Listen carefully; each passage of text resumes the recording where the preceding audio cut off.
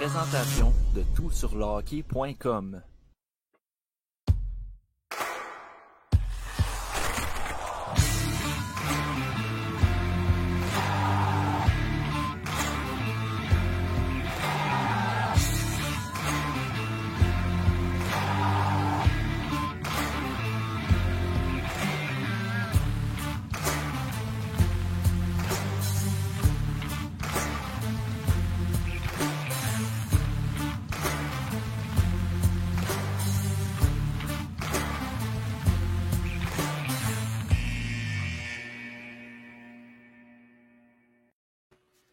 Fin 2022, bienvenue dans ce nouvel épisode du TSLH Podcast.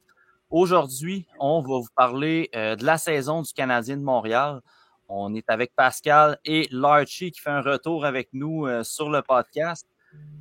La saison du Canadien, évidemment, est terminée. On est en attente de la loterie qui va avoir lieu le 10 mai prochain. On va être en direct sur Facebook et sur Twitter. Si vous entendez des petits bruits de bébé, on est accompagné de mon bébé présentement. Donc, les boys, je lance la question comme ça. Saison des Canadiens. L'évaluation globale qu'on en fait de cette saison-là, qui a été quand même assez en montagne russe, quelle pourrait être votre évaluation des performances du CH pour la saison 2021-2022? Enfin une saison qui finisse dans le fond du classement, dans un repêchage que moi j'aime beaucoup. Donc, non, c'est vraiment enfin. Tout était là pour que ça chie. Puis on en a parlé un peu cet été aussi, on était comme, l'été passé, là. C'était comme, ça va être difficile de faire la série avec le court été, les gars qui partent, le leadership qui est parti, Weber, Price, puis tout. Puis comme plusieurs observateurs, on avait raison, là. C'est pas mal, enfin, un bon timing pour avoir un creux de vague, puis un changement, une bombe littéralement dans tout l'organigramme là, des Canadiens. Donc, je suis bien content. Toi, Larchie. Ça va dans le même sens, évidemment. Le fait de, enfin, on a, est-ce qu'on peut appeler ça la preuve qu'il faut, qu'on est à un moment où il faut finir dans le fond. Il faut, une saison, c'est beau, on va avoir un pick top 3, mais tu peux pas t'arrêter à juste ça. Faut finir dans le fond l'année prochaine, puis il faut finir dans le fond peut-être dans 2 ans. Mais au-delà de ça, faut faire les bons moves. Meilleur exemple, la transaction Lekonen. Des transactions comme ça qui permettent d'aller chercher des morceaux qui vont être là puis qui vont avoir un impact intéressant dans le futur. Tu sais, finir dans le fond, c'est une chose, puis c'est une chose intéressante. Mais il faut aussi que tu joues bien tes cartes que tu as comme assets en ce moment pour, oui, te fier à la base sur tes excellents choix au repêchage, mais il faut que tu joues tes autres cartes aussi. Exact. Tu sais, il n'y a pas meilleur repêchage pour finir dans le fond que l'année prochaine. Ça, c'est sûr et certain. Tu sais, il y en a plusieurs qui pensent que les Canadiens vont, avec Saint-Louis puis tout, là, en tout cas, dans les 15 derniers matchs, peut-être qu'ils ont changé d'avis, là. Mais les Canadiens vont avoir une chance de faire la série l'année prochaine. Il y a tellement de points d'interrogation. Tu sais, même Hughes, j'ai entendu une entrevue aujourd'hui à TSN que Kent Hughes, tu sais, il dit pour être capable d'aller chercher des gros joueurs sur le marché des joueurs autonomes, il faut que je me débarrasse de gros contrats. Il faut absolument que je me débarrasse de Petrie. Petrie pourrait me permettre, mais là, si je me débarrasse de Petrie, il faut que j'aille chercher un vétéran aussi, parce que je peux pas laisser mes jeunes défenseurs sans leadership. Tu sais, le monde qui veut Christopher Le Temps, je détesterais pas que Christopher Le Temps, mais le timing, il est pas là. Il est vraiment pas là. C'est plus un Joel Edmondson à droite qui va aller chercher, selon moi, là. Fait que, tu sais, enfin, c'est vraiment ça. Enfin, le Canadien va passer par la voie normale. Donner une meilleure équipe. Avec les performances qu'on a vues cette année, les gars, ça a commencé de façon assez difficile, on va se le dire, là. L'équipe qui est allée d'un bas fond assez rapidement. Oui. On congédie le coach, Ducharme qui est renvoyé. On amène Saint-Louis. On reviendra plus tard là, sur les performances là, comme coach de Saint-Louis. Mais il redresse quand même l'équipe un petit peu puis tout ça. Je ne sais pas si vous en avez parlé, là, j'ai quitté momentanément, là, mais l'année prochaine, est-ce que vous pensez Parce que là, Kent Hughes, il y a de la misère à s'avancer là, sur le plan pour l'année prochaine parce que la situation de Carey Price, c'est un petit peu nébuleux là, présentement. Ouais. Mais tu sais, on parle de potentiellement le temps, signature comme ça. Est-ce que vous voyez des signatures peut-être à plus basse importance, mettons? On parle beaucoup de Le Temps, on parle de Bergeron, puis des rumeurs, des spéculations par rapport à ça, mais quel genre de signature vous verriez cet été sur le marché des joueurs autonomes, considérant que au moment où on se parle, le CH, c'est la plus grosse masse salariale l'année prochaine, quasiment. On est déjà à 81,5 millions là, en comptabilisant le salaire de Weber et de Price. Pour moi, faut vraiment trouver le juste milieu pour ne pas enlever trop de temps de glace à des jeunes qui en méritent, mais aussi, de l'autre bord de la balance, pas donner trop de temps de glace à des jeunes qui sont pas prêts. Donc, je donne le premier exemple qui me vient en tête. Je veux qu'on signe Chris Weidman. Ouais. Parce qu'à droite, en défense, tu veux pas rusher des gars qui vont peut-être justement être rushés. Mais d'un autre côté, un gars comme Chris Weidman, ça va juste permettre de prendre le bon nombre de minutes selon ce qu'on considère qui est le bon nombre de minutes. Je trouve que c'est un bon exemple qui démontre un peu ce que je veux dire. Puis là, je parle de lui, mais ça peut être n'importe quel autre défenseur, puis ça peut en être un à gauche, puis ça peut être un attaquant ou un joueur de centre. Mais il faut vraiment, selon moi, aller chercher juste des bons gars pour le développement des plus jeunes. Puis c'est Chris Weidman. Chris Weidman, ce qui est le fun avec lui, c'est que c'est un gars d'équipe. Fait que, admettons là, que Justin Barron, vers Noël, ben, il prend du galon, puis il est ramené, puis de plus en plus il joue. Mais je suis sûr que Weidman, qui va être le 7e défenseur, mettons, ben, ça ne dérangera pas. Il nuira pas à l'équipe parce qu'il va avoir moins de temps de jeu. T'sais, on l'a vu cette année, il ne jouait pas tous les matchs, puis jamais. Parce que moi, il m'a fait sentir dans les médias aussi à la glace qu'il était frustré comparativement à d'autres dans les dernières années. Fait que, tu sais, ce genre de joueur-là, ben, moi, je dis oui, c'est sûr et certain. Je ne sais pas s'ils vont le signer, mais c'est le genre de gars que tu veux dans ton équipe parce que même s'il mesure 5 et 1, il est capable quand même de répondre, de défendre ses coéquipiers. Mais moi, au niveau de signature, mettons, importante, mais dans le contexte d'une reconstruction, vraiment au centre, pour amener de la profondeur au centre, là, ça serait vraiment important. Pas un Eric Stahl en fin de carrière, plus début trentaine, fin vingtaine, avec du leadership. Ni un Mathieu Perrault, là, mettons. Là. Non, c'est ça, exactement. Je veux rien savoir de ça. C'est Christian Dvorak. C'est de la misère à parler à soir. Dvorak. Il a vraiment repris du galon avec Saint-Louis, puis c'est pas mal encourageant pour l'année prochaine. Mais d'avoir Suzuki et Dvorak comme pour 2 premiers centres, c'est assez difficile. J'aime bien Evans aussi, Paling, ces joueurs-là, mais il faut quelqu'un de plus d'expérience, je crois, au centre pour que ça l'aille de l'allure, ça a glacé. Il ne faut pas qu'il se fasse démonter à tous les soirs. Je pense que ce serait une bonne affaire. Puis un gars, évidemment Petrie, s'il part, mais il faut un gars à droite. Là. Un gars à droite, top 4 ou bien top 5. Là. On verra bien, c'est clair parce que tu veux pas, comme Max il disait, rusher un jeune pour combler une place. C'est quelque chose qui a été trop souvent fait dans le passé, puis on veut pas retomber là-dedans. Puis je pense que Kent Hughes était pas non plus dans ce mode-là. Non, il l'a dit plusieurs fois. Dans les entrevues qu'il a données, il mentionnait que les jeunes l'année prochaine, on va les voir. Il y a des bonnes chances qu'on voit Goulet, il y a des bonnes chances qu'on voit Chekai. Harris, on va peut-être le voir plus. Mais il mentionnait qu'il n'écartait pas non plus la possibilité, tant qu'à enlever du temps de jeu à ces jeunes-là, de donner, mettons, un 10 matchs en haut, puis à un moment donné, les rétrograder pour une vingtaine de matchs à Laval, puis tout ça, puis faire des allers-retours comme ça. Fait que, ça a l'air d'être des plans là, dans ce sens-là. Ouais. Puis, tu veux pas Goulet, Romanov, Harris, puis Norlinder dans ton top 6 en haut. Là. Tu peux pas avoir ça dans ton top 6 en haut. Déjà qu'avec Romanov, Goulet ou Romanov, Barron, ou juste 2 déjà là, c'est quand même beaucoup pour une défensive. Mais tu peux pas en avoir 3. Tu peux pas encore plus, pas en avoir 4. Fait que il faut que le monde se mette ça dans la tête. Harris, c'est pas pour rien qu'il a pas joué tous les matchs. Là. Selon Saint-Louis, il est pas si près que ça. Moi, j'ai bien aimé son jeu. Mais c'est sûr que pour son offensive, il faudrait qu'il passe un peu plus de temps à Laval. C'est clair et net, on l'a vu. Là.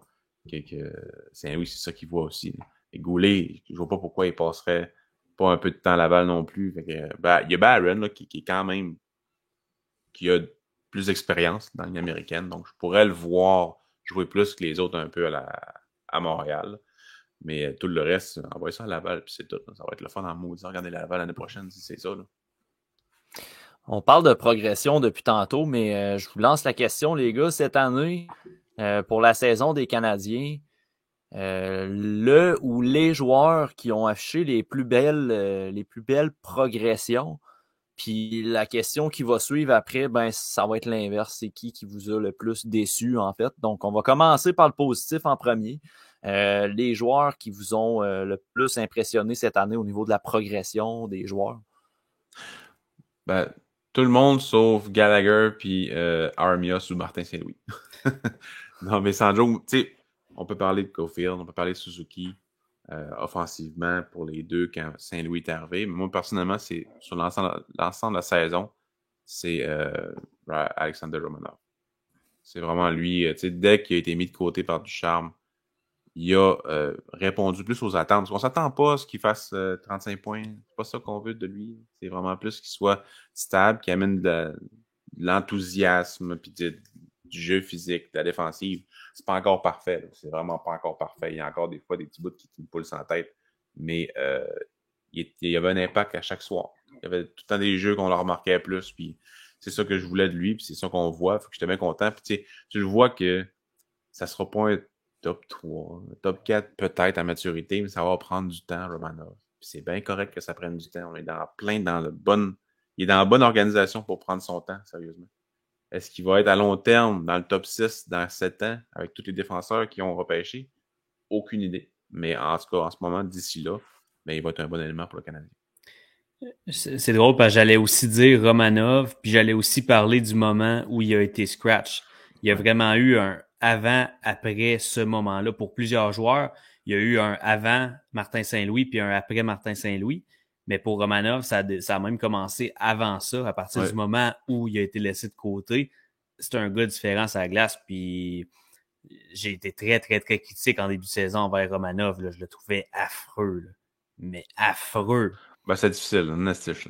C'était pas facile. Mais en effet, puis dans son rôle, quand tu places tes attentes à la bonne place, il a été après ça très, très bon. Mm-hmm. Puis pour le reste, un gars que j'ai beaucoup aimé sous Martin Saint-Louis, puis je trouve qu'on n'en parle pas assez parce qu'on regardait beaucoup Suzuki, Caulfield, tout ça, puis c'est bien correct, là.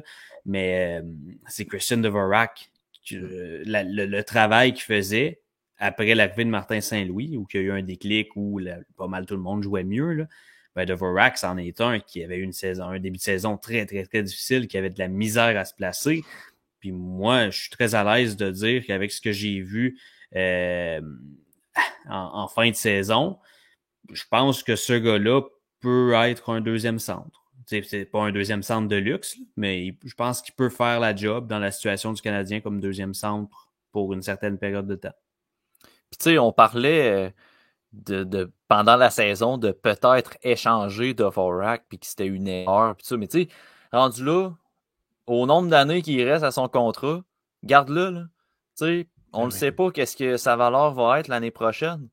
Tu sais, l'année prochaine, il peut aussi bien rapporter autant que Lekonen a rapporté à la date limite des transactions. On ne le sait pas. Tu sais. Puis ça peut être même dans 2 ans aussi. Tu sais. Dans 2 ans, il peut peut-être même rapporter plus aussi. On ne le sait pas. C'est du asset management. C'est vraiment ça. Tu le gardes. Il n'y a pas un mauvais contrat.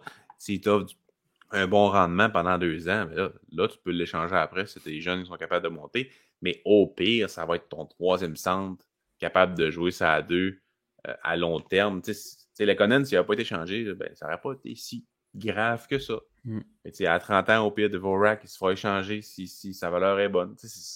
C'est comme ça. C'est un gars qui remplit un chandail puis qui va sûrement avoir une bonne valeur toute sa carrière parce que c'est un haut de première ronde puis qui va probablement offrir des bonnes performances. Ce qu'il nous a montré, c'était quand même très, très intéressant. Donc, entièrement d'accord avec tous autres. Au niveau de la progression, mais je ne serais pas original. Là. J'allais nommer Romanov. Là. Je pense que c'est assez unanime au sein des partisans du CH que c'est le joueur qui a le plus progressé. Puis c'est pas pour rien que ce gars-là a gagné le trophée Jacques Beauchamp à Molson. Ouais. C'est que c'est un gars qui travaille fort, puis c'est un gars qui a une belle éthique de travail. Puis cette année, ça l'a paru. Puis tu sais, on disait tantôt qu'on le voit pas dans un top 3, mais accompagné d'un défenseur élite à côté de lui, je pense que ça pourrait être un gars qui pourrait quand même se démerder sur une première paire. Quand même, parce qu'il amène une dimension différente de ce qu'un défenseur élite à caractère offensif amènerait sur une paire. Fait que, tu sais, mais ça, pour l'instant, il n'y en a pas à Montréal. On s'entend, là, il n'y en a même pas dans le pipeline, à mon Non. avis. T'sais, Même à pour Petrie, ça, même pas Romanov avec Petrie. ah non, il est trop sujet à des bourdes, là. Oublie ça, là. Ça fonctionne pas, là. Puis, tu sais, il n'y en a pas non plus, ça, dans le pipeline. Fait que c'est pour ça qu'on a tendance à dire, ben, Romanov, tu sais, top 3, possiblement que non. Mais on ne sait jamais, là, une signature d'un défenseur élite offensif sur le marché des joueurs autonomes, puis Romanov, il peut quand même s'insérer pas si pire. Là. Fait que, en tout cas, sa progression pour l'instant indique que ça s'enligne vers ça. Au niveau des déceptions, ben, on l'a dit, là, je pense que la plus grosse déception cette année, c'est Brendan Gallagher. Puis, tu sais, je veux quand même me retenir sur son cas parce que je respecte le joueur, puis je respecte tout ce qu'il a fait avant, puis tout. Puis c'est un joueur que j'apprécie dans le Canadien. Mais pauvre Yab, il est fini. Là, Ouais. Ben, pas fini. Attends. Je corrige. Il y a une grosse après ça. Fini. Il y a eu des grosses séries difficiles pour son corps. Ouais, c'est ça. Puis une petite été. Fait qu'il l'a dit, je suis magané. Fait que là, il va prendre tout le temps pour se reposer cet été, mais arrive prêt l'année prochaine. Ouais, sauf que, tu sais, moi, là, t'sais. honnêtement, je veux pas être dans le Gallagher bashing parce qu'il y a un gros contrat puis que je veux le descendre outre mesure, mais sincèrement, là, mettons, on enlève tout l'aspect que ce gars-là, il a de la fougue, puis il a du cœur, puis il a le CH tatoué sur le cœur, puis pour ça, là, je trouve qu'il y a une bonne partie de son salaire qu'il mérite juste à cause de ça.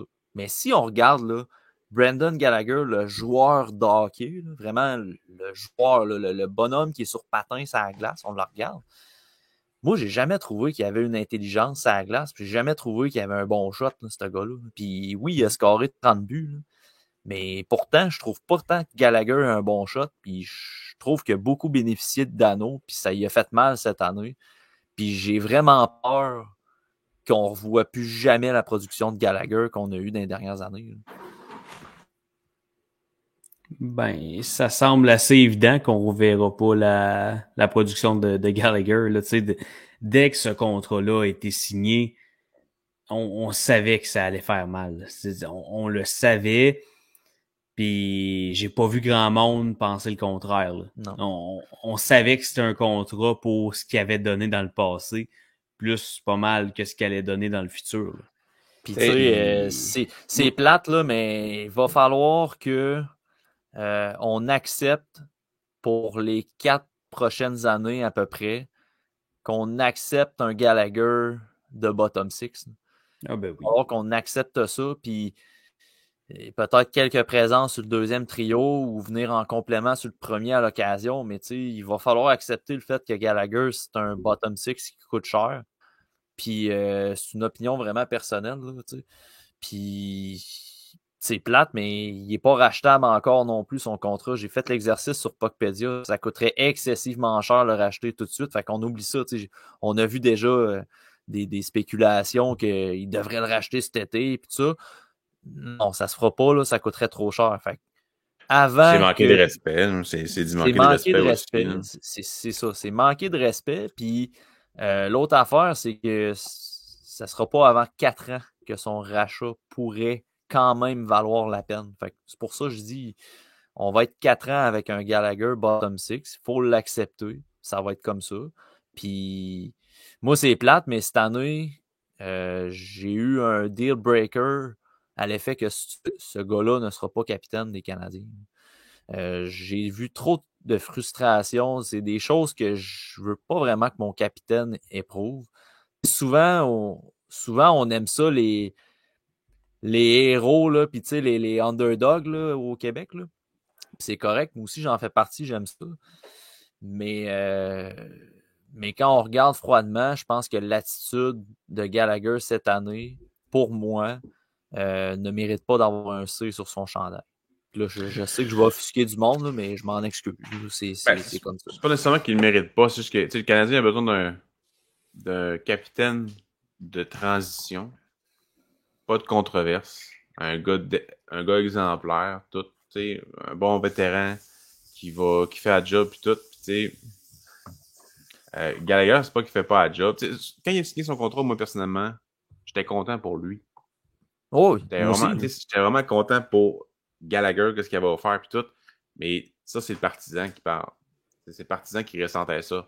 Mais un an plus tard, boy, que c'est pas tant une bonne signature pour l'organisation, mais je comprends Bergevin à 100% d'avoir fait ça parce qu'il l'a pas payé cher. Là. Moi, au contraire. Moi, au contraire, je comprends pas. Ben, en fait, Bergevin, là, c'est deux. En fait, ce qu'on a toujours reproché à Bergevin, c'est d'être émotif dans certains dossiers puis d'être business dans d'autres. Ben, dans celui-là de Dano, il a été très business. Puis dans celui-là de Gallagher, il a été très émotif. Puis on voit ce que ça a donné. Fait que je suis pas prêt à dire que. En dessous. Je serais pas contre qu'il soit capitaine, mais tu sais, tant qu'à attendre 6 ans, parce qu'il reste 5 ou 6 ans son contrat, il reste 5 ans après cette saison. Ben, je vais le donner tout de suite à Suzuki, puis c'est tout. Là. Tant qu'à donner 6 ans capitaine Gallagher, ou ben 4 ans Gallagher, puis après ça, switcher à Suzuki. Je vais le donner tout de suite à Suzuki, ou bien donner 3 ou 4 ans à Edmondson. Moi, c'est les 3 candidats que j'ai en tête, c'est ces 3-là. Ah, moi, je le donne tout de suite à Suzuki. Ben, moi aussi, c'est mon candidat, c'est Suzuki, là. Mais si j'avais à choisir entre Gallagher et Edmondson, je vais prendre Edmondson pour 2 ou 3 ans. De toute façon, tu vas sûrement l'échanger à la fin de son contrat. Je pense pas que le Canadien va être prêt à faire les séries dans 3 ans. C'est ma façon de penser. Max, tu vois Suzuki comme capitaine ou tu vois un autre candidat, à ton avis? Ben, oui, Suzuki, mais si c'est pas Suzuki, je serais à l'aise avec Edmondson, pour vrai. Avec ce qu'il a démontré, avec ce qu'on entend beaucoup sur Edmondson, choix numéro 1, Suzuki, mais je chialerais pas puis je comprendrais si c'était Edmondson. Le pire, là, c'est que le capitaine, là, il est à Los Angeles en ce moment. Ouais. C'est arrêté lui. Ça a été le choix parfait, mais Bergevin n'a pas signé, puis il était la retrouvé après. il est arrivé avec les Kings, puis ils ont mis un A sur le chandail direct, à moins que je me trompe. Puis ce qu'on lit des journalistes là-bas, du monde qui sont sur le beat, c'est que c'est un joueur qui est hyper apprécié dans la chambre, puis des partisans.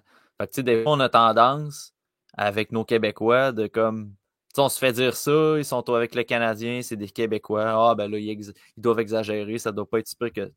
Non, tu sais, il est à Los Angeles, c'est la même chose. Fait que, tu sais, effectivement, je pense que le C est parti sous le soleil de la Californie, malheureusement. Dossier Price.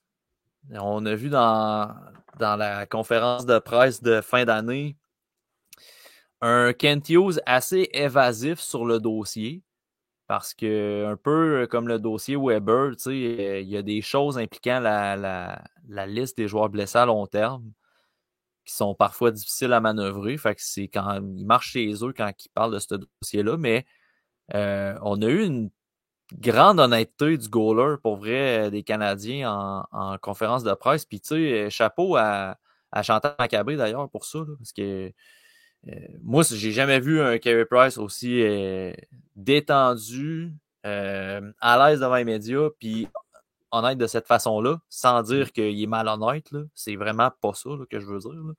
Mais bref, il y a eu une grosse job de PR qui a été faite cette année quand la nouvelle direction est rentrée en poste.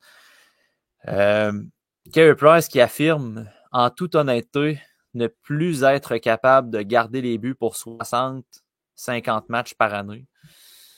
Est-ce qu'on a vu les derniers moments de Carey Price avec le Canadien au dernier match de la saison, selon vous? Ben, rendu là, j'espère quasiment. Tu peux pas payer un gardien à 10,5 millions. Ben, à la base, point. Tu peux pas payer un gardien à 10,5 millions. Et j'ajouterais à ça, tu peux pas payer un gardien à 10,5 millions, encore moins pour 40 games par année. Je veux dire, c'est absurde rendu là. Fait que pour le bien du Canadien, mais aussi pour le bien du gars. Je veux dire, regarde, c'est plate, t'auras pas eu ta Coupe Stanley. On aurait tous aimé que Carey Price gagne une Coupe Stanley. Mais on est arrivé à un point où ça n'arrivera pas. Ben plate, là. Fait que pour lui, je souhaite quasiment aussi de dire bon, ben regarde, j'accroche tes jambières. Ben, entièrement d'accord avec toi. Entièrement d'accord avec toi là-dessus, dans le fond. Est-ce qu'on a vu les coups de jambière de Carey Price? Je pense que oui. Sérieusement, sur pour le post-mortem de la saison, là. Si ça avait été Marc Bergevin, il y aurait eu des larmes. Là. Il y aurait eu des larmes. Et là, Kent Hughes, c'est pas comme ça. Fait qu'il n'y a pas eu de larmes. Mais c'était pas pénible, mais c'était comme, OK, là, c'est sérieux en maudit, ce gars-là. Il est magané, là, pour de vrai, là. Puis même quand il faisait des petits tatas à sa famille, là, pendant la game, j'étais comme, mais voyons donc, c'est même pas, pendant la game, pendant les arrêts de jeu, c'est correct, mais pendant la game, c'est quoi, OK? Il n'y a pas me dire que t'étais offusqué, là, Pascal. Là. Non, je suis pas offusqué, c'est juste, c'est spécial pareil de voir ça, là. C'est spécial, là, c'est comme, salut, il y a le gars qui passe en arrière avec la rondelle, c'est comme, qu'est-ce que tu fais là? C'est juste, c'est Carey Price, il peut se permettre, si ça avait été Caden Primo, je suis pas sûr que ça aurait passé, même à l'organisation, là. Carey Price, c'est probablement son dernier match en carrière, fait que, peut-être qu'il va être habillé un match l'année prochaine, juste pour dire au revoir à la foule, en tant que deuxième gardien. Mais non, d'après moi, c'est terminé. On verra cet été, mais j'ai bien hâte de voir. Là. Il parlait d'une nouvelle opération, puis tu sais, moi j'ai senti que Kent Hughes souhaitait quasiment que ce soit terminé. Tu sais. Ben, ça serait l'idéal. C'est ça. Il veut savoir. Ouais, il veut savoir, parce que c'est difficile. Tu peux rien faire sur le marché des joueurs autonomes si t'as Carey Price à payer l'année prochaine pour 20 matchs. Non, exact. Non, c'est clair. Puis ça serait vraiment l'idéal qui, justement, qu'il prenne sa retraite, oui, ou qu'il reste sur la liste des joueurs blessés. Là, parce que, on va dire comme toi, Max, payer un goaler pour 20 matchs. Tu sais, parce que ça se peut qu'il commence la saison aussi sur la liste des joueurs blessés. Là, s'il veut revenir, tu vas le payer pour 20 matchs à chaque année. L'année d'après, ça va être 40, gros max. Non, ça tient pas la route. Tu peux pas faire ça. T'sais. Price, par respect, peut pas faire ça aux Canadiens non plus, dans un certain sens. Ça, je comprends que c'est une business, puis je comprends André qu'il le fasse, là, mais comme, tu peux pas infliger ça à ton équipe. Là. Sauf qu'à l'inverse, tu peux pas empêcher un gardien de jouer si, comme Kent Hughes expliquait. Fait que là, c'est vraiment une situation de merde, là, pour vrai, quand tu regardes ça, là, puis, au final, c'est triste pour l'homme, c'est triste pour Carey Price, justement. Ah ben oui, puisque lui, il a dit, il a pas caché son désir de revenir non plus, là, de se battre puis d'essayer de revenir la saison prochaine. Puis tant mieux s'il est capable. C'est juste que là, cette année, il était censé peut-être revenir. On se souvient, là, avant l'épisode de santé mentale et tout, on parlait d'un retour en début de saison qui allait peut-être rater quelques matchs en début de saison, là. Finalement, ça s'est étiré, puis on recommence. On retourne en arrière, on retourne en arrière. 2 pas par en avant, 4 par en arrière. Puis là, ça allait pas. Puis là, on finit par revenir. Puis là, on est au stade où on est en ce moment on le sait pas plus qu'en janvier, quand on le savait pas. Tu sais, on n'est pas dans le secret des dieux, puis je veux pas non plus lancer des rumeurs. C'est vraiment pas mon intention. Mais quand on regarde le dossier développé, il y en a qui en ont profité pour trasher Price en disant que c'était un alcoolique puis un coquet. Là. Mais je m'excuse, mais tout pointe vers les médicaments antidouleurs. Là. Hey, ce gars-là il a joué avec un genou fini pendant toutes les séries, jusqu'à la Coupe Stanley. Il a fait les performances qu'il a faites. Tu sais, quand tu regardes ça, nous autres, on l'a idolâtré, on l'a élevé au rang de Dieu avec raison. Mais quand tu regardes ça froidement, ça n'a pas de sens, pareil, là, d'avoir fait ça, là. C'est fou, là. Tu sais, après ça, le gars, il prend du temps pour lui, puis la première affaire qu'on lit, c'est du monde qui trache là-dessus. Hein. Moi, ça me fait capoter. Juste Weber. Ouais, Weber, même affaire, hein? Même affaire avec Weber. Il a connu des grosses séries éliminatoires. Tu sais, moi, je suis allé bien sur son offensive, puis tout. Mais sacrément, il y avait 3 parties de son corps qui étaient funny. Ben, c'est Comment ça. comment tu veux revenir au jeu? T'sais, lui, c'est juste qu'il a dit non, c'est terminé, je vais avoir une qualité de vie après ma carrière. Fait que je finis ça là, puis c'est bien correct. Price, il va falloir que ce soit un peu le même déclic pour lui. Ouais. Tu veux-tu être capable de jouer avec tes enfants dehors? C'est ça pareil, là. Non, c'est ça. C'est clair. En tout cas, on va lui souhaiter le mieux possible de se réhabiliter, premièrement, de réhabiliter son genou. Puis on verra là, pour la suite. C'est dur de spéculer. Ouais. Faut qu'il revoie des spécialistes, puis ça se peut qu'il se refasse opérer. Fait que rendu là, on sera fixé pour la suite l'année prochaine. Fait que dans le fond, Jake Allen devient le gardien numéro 1 des Canadiens sans être un gardien numéro 1 de la NHL. Une déclaration de Kent Hughes qui a un peu choqué quand c'est sorti de son contexte, mais pour avoir écouté l'entrevue, tu sais, un gardien numéro 1 en NHL, ça goal 60 games par année, 50.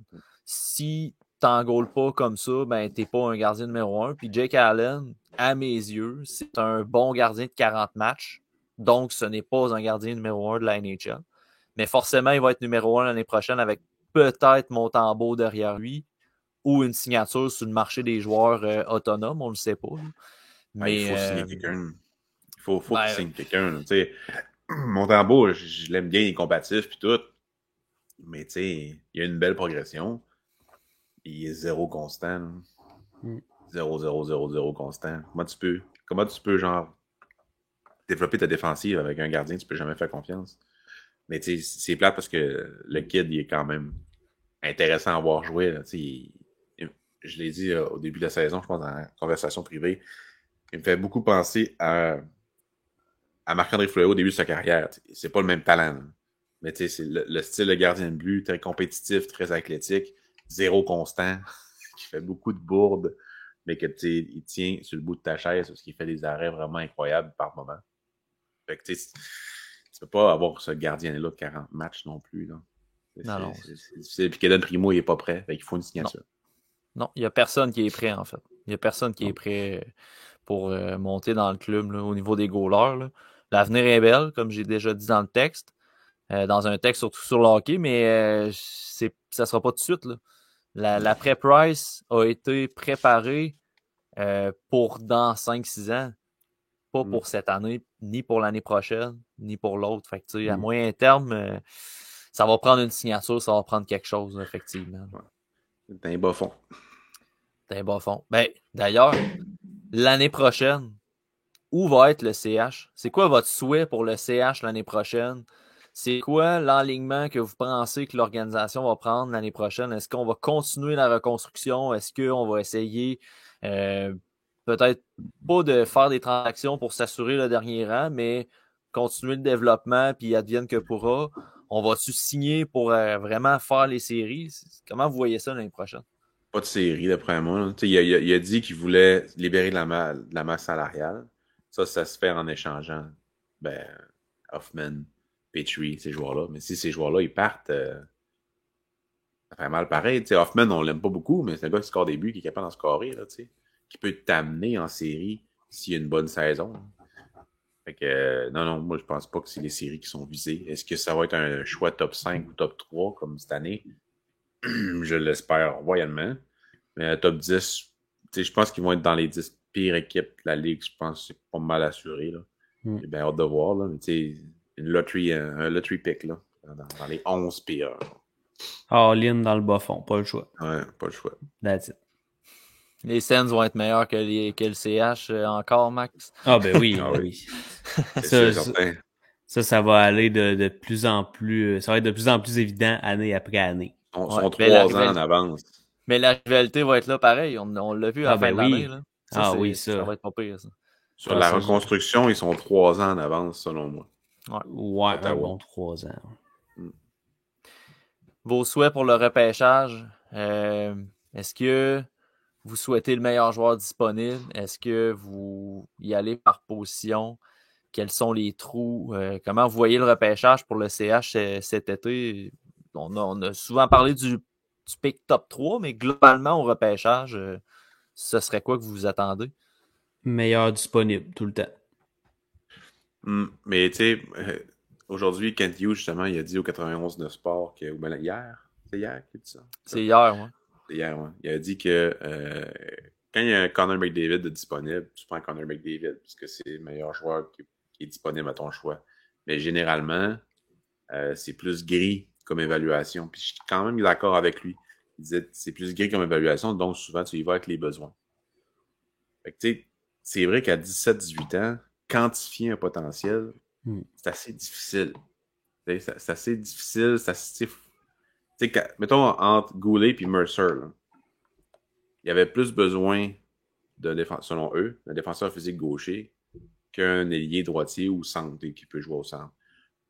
Selon eux, selon moi, c'est ça. Là. Fait qu'ils ont pris Goulet.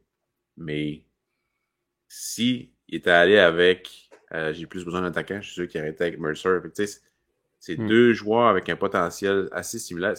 Moi, personnellement, c'est plus des tiers, mettons. C'est plus des tiers que meilleur choix disponible. Je comprends dans un même tiers d'y aller avec ton choix préférentiel. Mais pour le Canadien, sous Marc Bergevin, je crois que les besoins n'étaient pas bien identifiés. Sous Kent Hughes, j'espère qu'ils vont être mieux identifiés. Parce que ça m'étonnerait, à part peut-être les Rangers, que tout le monde, c'est genre le meilleur choix disponible, c'est lui dans ma liste, donc c'est lui que je prends. Je pense que ça fonctionne vraiment plus en tiers. Mais on verra bien dans l'avenir, là.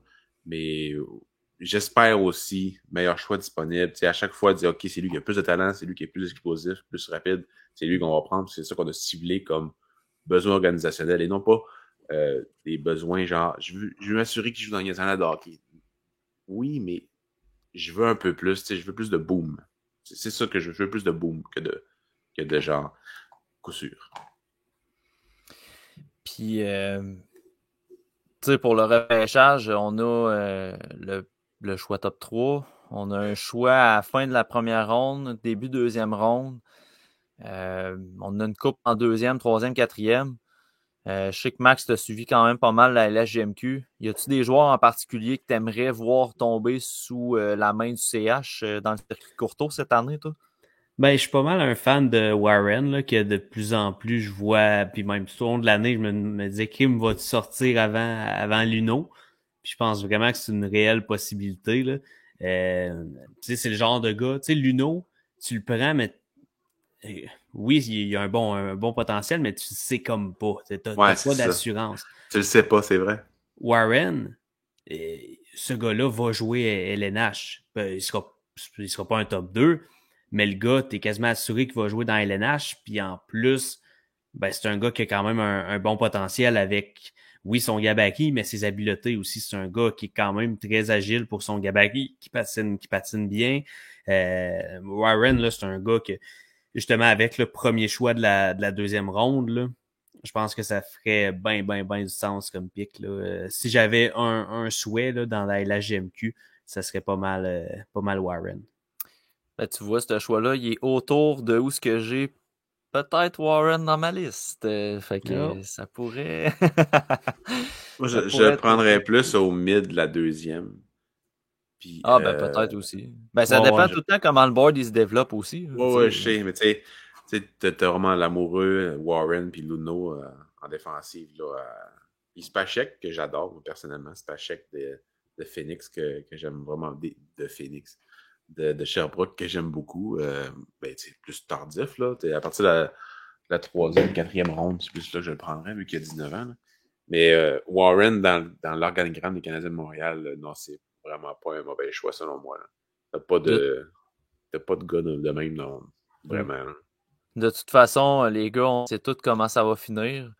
Le CH, fin deuxième ronde, va repêcher des Moussets d'Halifax, Jordan Dumais, et automatiquement, sur les réseaux sociaux, ce sera le vol du repêchage. Non, je niaise. Il y a une bonne saison. Mais sérieusement, tu sais, ben, moi, je le choisirais peut-être un petit peu plus loin, mais aussi, ce serait tout à fait légitime de le choisir à la fin de la deuxième ronde. Tu sais, il est quand même une excellente saison. Le commentaire qu'il a fait dernièrement sur les recruteurs. Ouais, ça m'a tanné un peu. La centrale de recrutement des nationales de hockey. Ben, moi, ça m'inquiète sur son attitude. Je suis sûr que c'est un bon kid, là. Mais ça m'inquiète pareil au niveau des entrevues et tout. Fait que selon moi, il va glisser à cause de ça principalement. C'est pas parce que la centrale là 60 10 quelquième sur sa liste que je pense qu'il va sortir plus tard, mais vraiment, sur l'excellent texte que tu as fait, Matt, surtout sur hockey.com, sérieusement, ça disait pas mal tout le fond de ma pensée également. Puis, comme Joshua Roy l'année passée. Joshua Roy l'année passée, c'est pas pour rien qu'il a glissé. Là. Il était en surpoids, il se donnait pas sa glace, puis tout, puis il ne se faisait pas produire. Dumais produit pas mal plus. Il n'est pas nécessairement en surpoids, mais ses habiletés sont pas mal moins intéressantes que Joshua Roy. Donc, comment tu peux espérer sortir en deuxième ou en première ronde, malgré ta production? Fait que, tu sais, même Joshua Roy, je ne le prendrais pas en première ronde cette année, malgré sa production. C'est pas un gars de première ronde, ce gars-là. J'espère qu'il va... Deuxième ronde, oui, là. Mais c'est pas un gars de première ronde. Comment tu peux espérer Dumais sortir en première, en deuxième? Troisième, c'était 3 choix de troisième ronde contre le Canadien. OK, pas de problème avec en choisissant de le choisir, mais sa déclaration, ça gosse un petit peu, même s'il a raison. Voilà. Je suis quasiment jamais d'accord avec ce qu'il dit de la centrale, mais ça demeure quand même intéressant à avoir en référence, parce qu'il y a tout le temps plein de noms que je connais pas. Fait que ça, en début d'année, mais je me rajoute sur ma liste à regarder pour les classer. Non, c'est ça. En fin d'année de même, la liste, je suis pas d'accord avec la liste quasiment à 30%. Là, on aura amplement le temps d'en parler, les boys, de la centrale, de la liste de la centrale, pardon.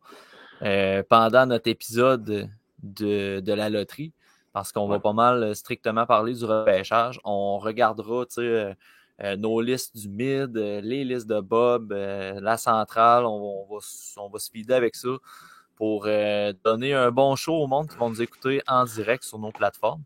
Les boys, quick podcast ce soir, mais je pense que l'essentiel a été dit. Pour le reste, comme je dis, on reprendra ça pour le repêchage, pour la loterie. Puis, on a un petit épisode spécial qui est en préparation. J'en dirai pas plus, là, mais on a un petit épisode spécial en préparation pour le TSLH podcast.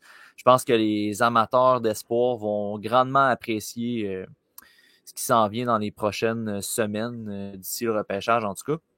Donc, on va closer ça là-dessus, les boys. Merci beaucoup de votre participation pour cet épisode-là. Puis, on remercie aussi notre commanditaire Barbe Noire que j'ai pas plugué au début parce que j'étais occupé à m'assurer que mon petit bébé dorme pendant que je fasse l'intro. Mais merci beaucoup à Barbe Noire de commanditer le podcast. Puis, on se voit dans notre live pour la loterie le 10 mai prochain sur Facebook, Twitter et YouTube. Pour être sûr de rien manquer, abonnez-vous à notre chaîne YouTube, abonnez-vous à notre compte Twitter aussi, @tout sur le hockey avec un T majuscule, sur notre page Facebook également. Beaucoup de contenu repêchage aussi à suivre pour les prochaines semaines. Suivez aussi la chaîne de Simon Servant sur YouTube. Il va sortir une vidéo sur le championnat du monde junior des moins de 18 ans. Le championnat du monde junior. Le championnat des moins de 18 ans très bientôt, donc suivez ça. Oui, c'est ça. Simon, il n'a pas pu se joindre avec nous dans le dernier épisode. Fait qu'il va donner ses impressions sur le tournoi sur sa chaîne. Donc, pour être sûr de ne pas manquer ça, abonnez-vous à la chaîne de Simon Servant. Donc, merci les boys, puis on va souhaiter une belle fin de soirée. Bonne soirée. Ciao.